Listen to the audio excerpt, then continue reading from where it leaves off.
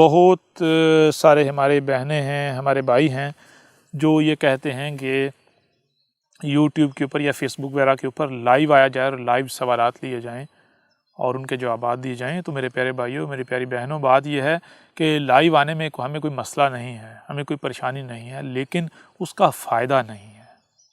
یہ آپ کی خواہشات ہو سکتی ہیں، حق نہیں ہو سکتا۔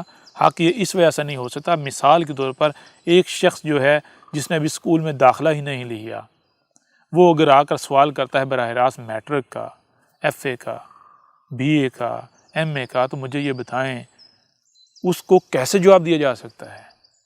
اب دو ہی صورتیں ہیں، یا تو لوگوں کی تہمتوں ملامتوں کی پرواہ کرتے ہوئے کہ اس کے پاس جواب نہیں ہے، جواب دینا شروع کر دیا جائے، یا پھر آپ جو ہے وہ حکمہ کا استعمال کریں، حکمہ کے ساتھ اس کو جواب دیجیے۔ حکمہ کے ساتھ جواب دیا جائے گا تو وہ جواب کتنا، اس کو پھر کیا کہ اس کو سب سے پہلے کہا جائے گا کہ بھائی اسکول میں داخلہ لے، پھر اس کو پہلی کلاس، دوسری، تیسری، چوتھی، پانچویں، چھٹی، ساتویں، آٹھویں، نویں کلاس، یہ ساری کلاسیں گزارنا پڑیں گی، پھر جا کے اس مقام پر آئے گا جو اس نے سوال کیا، اسے اس کا جواب سمجھنے کا جو ہے وہ اہلیت اس کے پاس آئے گی، پھر جا کے اس کو جواب دیا جائے گا۔ تو یہ تو بہت لمبا پروسیس ہے۔ تو یہ مجھے یہ بتائیں کہ کیا کسی یعنی کہ آن لائن آئے، کیا یہ پروسیس 1 گھنٹے میں، 2 گھنٹے میں، 4 گھنٹے میں، 10 گھنٹے میں پورا ہو سکتا ہے؟ سوال ہی پیدا نہیں ہوتا۔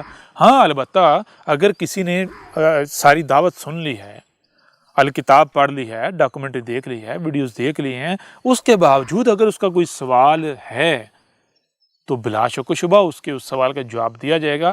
اور ایسے کون ہیں؟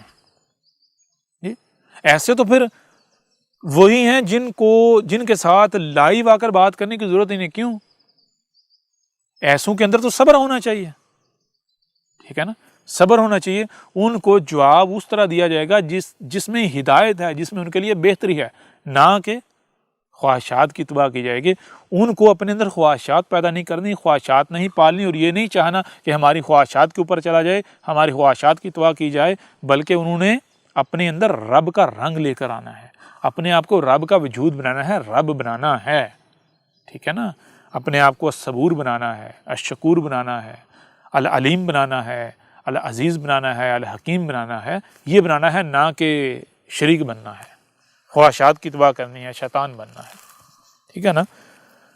تو ایسی باتیں وہ لوگ کرتے ہیں جن کو ہدایت سے قطعاً کوئی غرض نہیں، جو جاہل ہیں، خرافات میں ڈوبے ہوئے ہیں، ان کو وقت گزاری چاہیے۔ وہ یہ سمجھتے ہیں کہ ہم رات دن احمد عیسیٰ کے اوپر، یا جو احمد عیسیٰ کی دعوت کو تسلیم کرتے ہیں، ان کے اوپر تہمتیں لگائیں گے، ان کے اوپر ملامتیں کریں گے، تو یہ ہماری خواہشات کی اتباع کرنا شروع کر دیں گے، جو ہم چاہتے ہیں وہ کرنا شروع کر دیں گے۔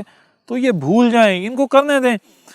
دیکھیں نا، ہم نے بار بار جو گالیاں دیتا ہے اسے گالیاں دینے دیں، جو بکواسات کرتا ہے کرنے دیں، جو تہمتیں لگاتا ہے لگانے دیں، ملامتیں کرتا ہے ملامتیں کرنے دیں، الزامات لگاتا ہے لگانے دیں، جو کچھ بھی کرتا ہے کرنے دیں۔ کی طرف سے ہمارے ہر دشمن کے لیے کیا ہے؟ لعنت۔